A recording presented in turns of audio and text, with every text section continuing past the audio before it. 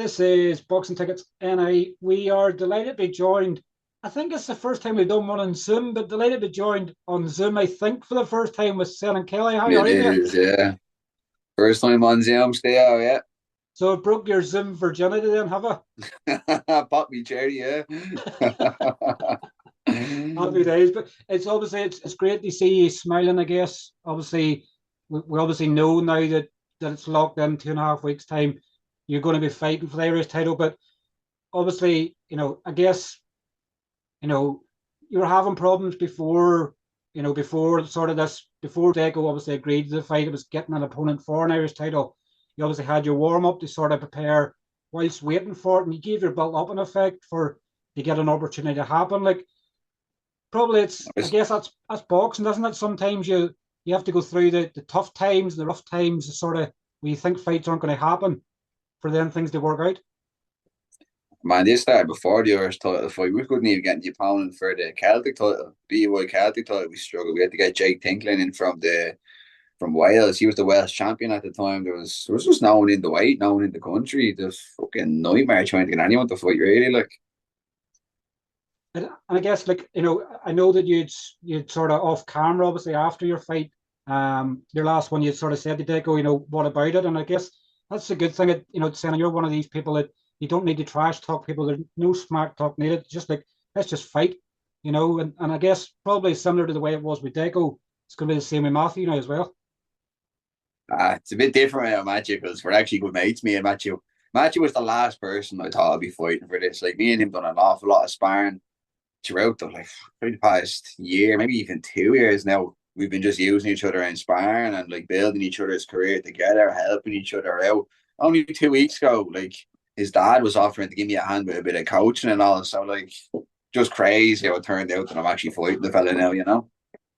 Funny, you won't have seen my interview with Jay. It's just obviously I just published it there before we've obviously started the interview. But Jay was obviously saying the same that obviously Matthew's dad had obviously offered to train you and things like that. Like it's I guess that's the close side of boxing that we all love. That outside of the ring everybody can be friends, and it's funny how it works out. Like Matthew said the same to me in the day interview.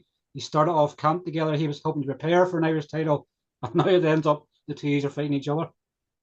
Yeah, it's just mad how things happen. You just don't know what's down the road. But yeah, I have a lot of respect for Matthew stepping in for this fight on 3 weeks' notice. I know he was in camp and all, but he wasn't in camp for another title fight for a 10 rounder, and still he took the fight. So fair play to him. That's huge. That is. And like when I shared the promo there earlier on, obviously, and I'm sure you and Matthew obviously both echo the same way. Like, regardless, obviously, who wins in the fight, on the night, there's no loser effectively because these are both showing a set of balls to put your both records, unbeaten records in the line. You could probably win opposite ways, you know. So obviously you both gain massive respect in this fight, whether who wins or whether who loses. Yeah, well, like we're both boxers, like we're fighters. Two fighting men just want to get fucking paid. Now the fucking people have gone trying to get fights with, there's just been excuse after excuse after excuse. Oh, you just get a pain in your hole with the whole thing. So yeah, fair play to match you. It really, we just, I'm just, I'm happy he's after taking the fight, and yeah, took it on 3 weeks notice. It shows he has a good set of balls on him. It's like these have both obviously had a sort of a remarkable year in some ways. Obviously, I think this is your fifth fight now under Jay. This is going to be Matthew's seventh fight. Like JB Promotions, I guess. Like you've known Jay from obviously for him training in Pete's gym as well. Like JB Promotions have sort of done everything they've exactly said they were going to do for you and got you a Celtic title. You're now getting an Irish title before the end of 2024. So Jay's delivered all his promises for you as well. Yeah, like without Jay, I wouldn't have got these opportunities. So hats off to him. Like he did what he said he was going to do. He's backed me, delivered. So yeah, hopefully now get this Irish title on the 4th of October, and then I'm gonna back down to my actual weight, junior welterweight, and hopefully take the Irish title at that weight then as well. Finish the year off with the three belts. It's the And plan. I know you'd sort of said in the promo, I guess, obviously the promo, obviously with obviously it was built up for Deco was sort of, won the Irish title, and then I think you were saying was it then you remember looking at the likes of, going as an away fighter on like a matchroom show for what you said in Campbell Hatton, like I guess you obviously have to Yeah, give look, it I'd up. love to get a big name from like one of them, Campbell Hatton of the likes over there in the UK and break out at the domestic scene. I wouldn't mind going back down and fighting someone like Dave Ryan at junior welterweight and taking the Irish title at that weight as well. Or I wanted the winner of the fight could have got the Dylan Moran fight, but now he's after calling out Tyrone McKenna, so that fight's out the window. But that would have been another one I'd love to get. But yeah, there's a few different options really. I just want to get fucking paid and fight the biggest names out there really. So hopefully I can make it happen, you know. And I know we've said this obviously in a couple of interviews, and obviously, the pay and things like that. Like this boxing game's a tough sport, and you've obviously had your tough times in the sport, obviously from making your debut in 2019 and sort of having that inactivity. You're probably coming back, a hunger revitalized, and you probably feel like you're probably starting to get somewhere in the game, probably after sort of going, is this boxing game for me at all? You think that, man? Like, I was thinking of retiring 6 months ago just because I wasn't making any money. Just after winning the Celtic title, I was fucking broke. Like I'm fucking early 30 now. I do need to start looking after money and trying to get a bit of money into the bank and get a mortgage and have a baby and start living my life properly. But at the same time, I'm on the verge of actually making good money from boxing, and like, what do you do? Like, you know what I mean? So I do just need to keep following this path. I've made that decision now that I'm going to keep following boxing. I'm going to keep going with it no matter what. And I do feel like I'm going to make it to the top of this sport. So just need to keep the head down, keep training, keep winning titles. Hopefully I get the opportunity with a big name and then I'll take that out and just keep going, you know? You've obviously a lot of good friends, obviously in Pete's gym as well. Obviously Sean, obviously who's coming through. Obviously, probably the toughest time of his pro career. Obviously being robbed last time out. Tyrone's obviously been there and through tough times, stuff like that as well. Has anyone been obviously passing on advice to you when you're sort of getting to this stage where you're sort of going, "Fuck it, I'm going to jack this in," like were they sort of saying like, the other side of obviously this bad thing you were going through, there's good news to follow. Yeah, fine. Yeah, I haven't been training up in Pete's gym now for it was 6 months, I'd say. I'm back training with my old coach, Derek Ahern. Right. But yeah, I got a lot of advice off the lads and they helped me a lot throughout my career. So big up to them. I can really thankful for all the time they put into me down in the Coliseum, all the help that I've gotten through all the lads down there. They really have built me up as a professional fighter and showed me the ropes. So I'm very grateful for all the time they give me down there. But yeah, it is a tough sport and it's just getting tougher somehow. I thought it'd be getting easier by now, but it's just not yet. But I can see it. I can see the money. It's there in front of you. I just need to knock out a few more cunts and hopefully I'll get there, you know? And I'm sure, like in some ways, we've a world champion, and obviously Ando Kakachi obviously defends. Obviously, he's not defending his ABF and Saturn, he's defending the ABO. But like Yeah. from 2017, when obviously he lost the British title, it got to the stage where people wouldn't fight him. He was sort of having a fight every 18 months. I think until obviously he fought Magnesi for the ABO belt, it's coming up now 2 years. He wasn't making a penny out of the sport. So in some ways you could probably look the obviously I'm not saying that you're the next stand who could catch or anything like that, but you can see someone else that's been there, that's sort of been through the struggles, wasn't even on the minimum wage, sort of, was living sort of from fight to fight, and now he's obviously making it mega bucks. So in some ways you can probably look at him and go, if I can go through these bad times for 2 years, who's to know where I'll be in Yeah. 2 years' time? I was seeing Anto over in Spain and I had a good chat with him about all that and he kind of opened my eyes.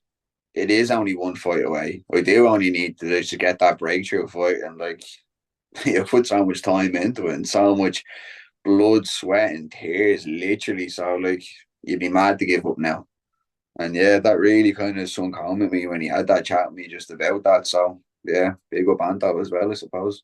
Is it like refreshing? Like I guess sometimes you don't want somebody to teach you how to suck eggs, obviously, and what you're going through in your own career. But when someone's been there and done it, and at the very top of the sport, like he's the king of Irish boxing at the moment, when he's giving you advice, like does that make you feel good? Like where you sort of like, I want to go and fight somebody now. You sort of, does it inspire you straight away? I wanted to get a bit of sparring off, to be honest now, but I'm a good bit heavier than him now. But yeah, just wise words of advice was what I got off Anton, and it really stuck with me. And yeah, I really appreciate them kind words back then. He's probably one of the most humble sort of people you meet. Like I know when obviously he had his homecoming, obviously after beating Cardina, he wouldn't get on the open top bus. He's like, if you're going to force me to go on this bus, I'm not leaving the house. He didn't want the attention, you know, which comes part and parcel sometimes with obviously what success has. But like, he's just down to earth. If you ask him for a picture, he's like, "What do you want a picture for?" He doesn't understand the celebrity lifestyle. He's a fucking legend. That's what it is, man. He's just a genuinely good person. Talk to me obviously about the spar and obviously with Matthew. I don't want you to say, "Oh, I get the upper hand" or "he get the upper hand" or whatever. Matthew obviously was saying, obviously in the interview I'd done yesterday but not today, he was sort of saying, like, he wouldn't keep sparring each other. If you were doing bad or he was doing bad, you would look at somebody else. Really good spars you've had, so it's going to transform into a really good fight. I felt all the spars I had with Matthew were all fairly even. Like, that's why it is going to be a great fight.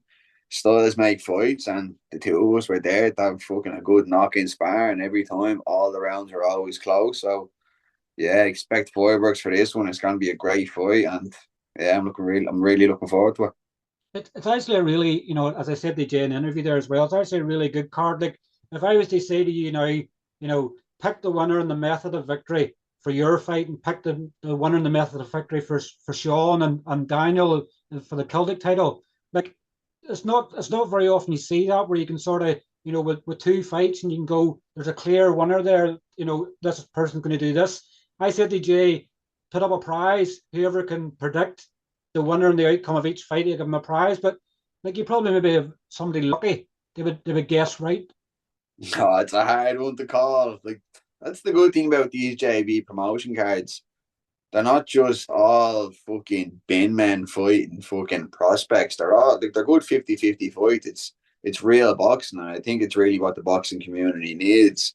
No one wants to go pay whatever they're paying for a ticket and just see fucking 10 Polish bin men get the fucking shit knocked out. And I'm like, who wants to see that? You're going in to watch good boxing. It's like a breath of fresh air, in my opinion. I'm going to ask you obviously the same question that obviously I asked obviously Matthew. Obviously, fights finished, and obviously it said that obviously you're the new Irish champion. What does that mean to you? Is that just to start? I know obviously the aspirations you have are to go further on in your career and obviously get the world titles and things like that. But like, for you to hear I'm the new Irish welterweight champion, that'll obviously mean the world to you. Yeah, well, like the whole thing is the Irish title, in my opinion, is a very prestigious title to get. Not many people can say they won a professional title, a professional Irish title. Like, we've all won the Irish title in the amateur game. How many can say they won it the professional game? So yeah, it means the world. It means the world to every boxer.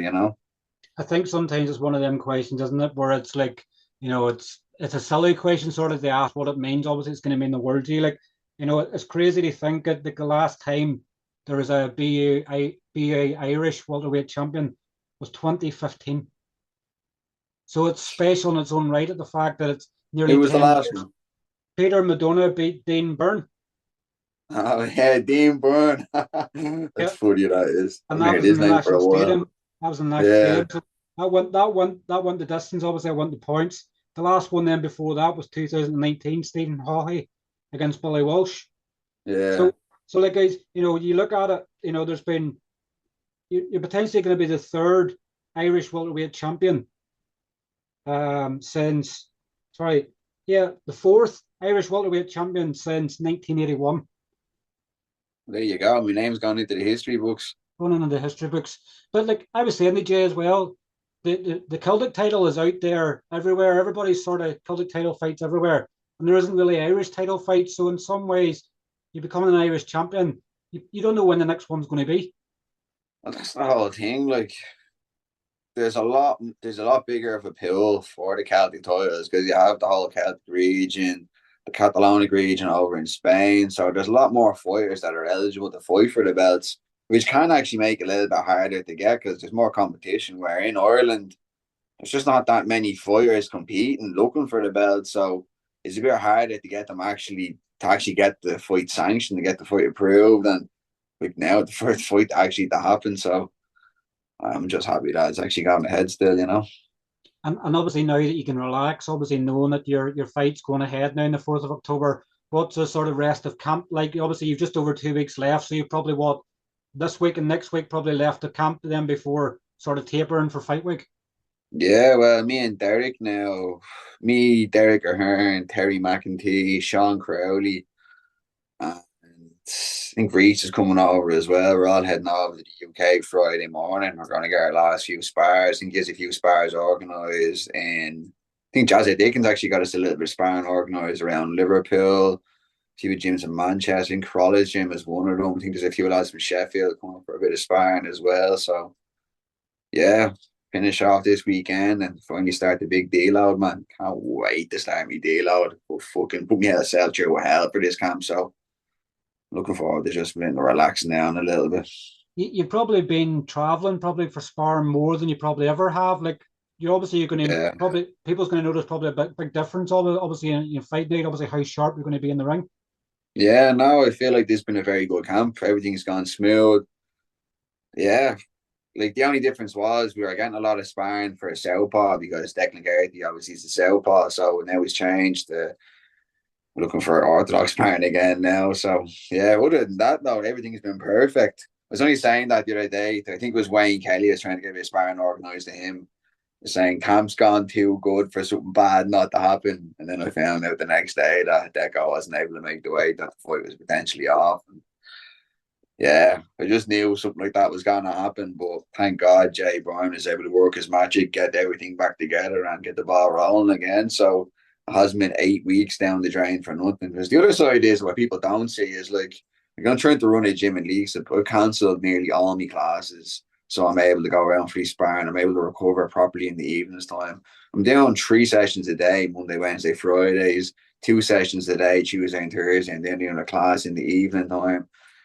Going around sparring on Saturday mornings. I can't spend time with my girlfriend, can't spend time with family. I'm fucking putting everything into this, and for it all to be ripped away and for a phone call at 9 o'clock in the morning, like that's tough to go through, you know. So yeah, it's a side that people don't really see, and I'm just really happy now that it is still going ahead, you know. I guess you can look to the pauses. We were saying 6 months ago you're going to jag it in. Obviously, there was no money and obviously there was no fights and sort of stuff like that happening. If your luck wasn't changing, Sin, and I'm not sort of favouring you in this, obviously Matthew's watching this and he's sort of going as if you're favouring. If your luck wasn't changing, this fight with Matthew wouldn't have come about. So your perseverance and going 6 months ago when you're going, I'm going to jack this in. Nah, I'm not. And now you're getting rewards out of it. Yeah, I think that was all the thing. Like a lot of my friends moved over to Australia. A lot of them just moved abroad and all, and like it was like I was strongly considering moving over there with them and just doing a little bit of work over there and taking the time away from boxing and just kind of living my life. Then there was the possibility that I'd move over to the UK. I might move over there, and then my girlfriend, they had an apartment over there. I think we move over to Hackney again. Like I'm a teacher, like I have a degree in education. I could have went back into that. But boxing, man, I'm just fucking addicted to it. It's very hard to say no and stop, really. So I'm happy with the decision I've made because right now I'm on the verge of becoming an Irish champion. I want to get another big fight before the end of the year. Hopefully that's for the junior welterweight Irish title as well. Like how could you retire with that on your fingertips? You know, that's something that I'd never be able to forget, never be able to fucking forgive myself for. So I'm just happy with the decisions I've made and how things have kind of gone now, really, you know. Yeah, no, well, look, obviously, I hope it continues in the same way. Obviously, with us, obviously, for the build up and everything else like that, we have to stay neutral with, so if we're not favouring anybody. But I'm not sort of smacking it up in any way. It's going to be a cracking fight between you and Matthew. Like if anything, what you're saying in the spars are, people probably paying €200 for a ticket rather than €100. I wouldn't So go that far now. I'm trying to sell it up here. You're selling it down. €10 on each. But obviously, it's not going to be one of them fights where it's a boring fight. Obviously, you're going to No, go it's to going to be entertain. an absolute cracker. It is. It's going to be a very good fight. So, yeah, it'd be a big one. Definitely. But listen, thanks very much for your time. I'll let you get back to watching your suits, and obviously we'll, we'll see how many episodes you've left by the time it comes to fight week. Still, I just rolled them out. Why have you started this a while ago? I'm already on season fucking 4 or whatever it is. Probably further than that. Every second of the day, I'm bleeding watching now, just trying to sit still. But yeah, it's good shit. they con you, don't they? They come to the end of the episode and they give you a really good bit, and then you're like, I was going to bed, I could watch another one, and then I was like, I was going to bed, I watched Nah, another me one. missus makes me go to bed 10:30 every night on the button, but in between training sessions, after training sessions, in between work or maybe third session, whatever it is, I'm just sitting there eating food on the couch recovering, just watching that, or else I'm in going for a nap. But if I'm not sleeping, I'm just watching that at the moment. That's all I can do to just recover, you know. Yeah, no, well, listen, I'll no doubt see you obviously in the press conference, obviously in the lead up to the fight in a couple of weeks' time. But thanks as always for your time, and I'll speak to you soon, Senan. 100% Steve. Thank you for the interview. I really appreciate it. Not a problem, mate. Cheers, take care. See you again, bud. Cheers, thanks, bye bye. Bye bye.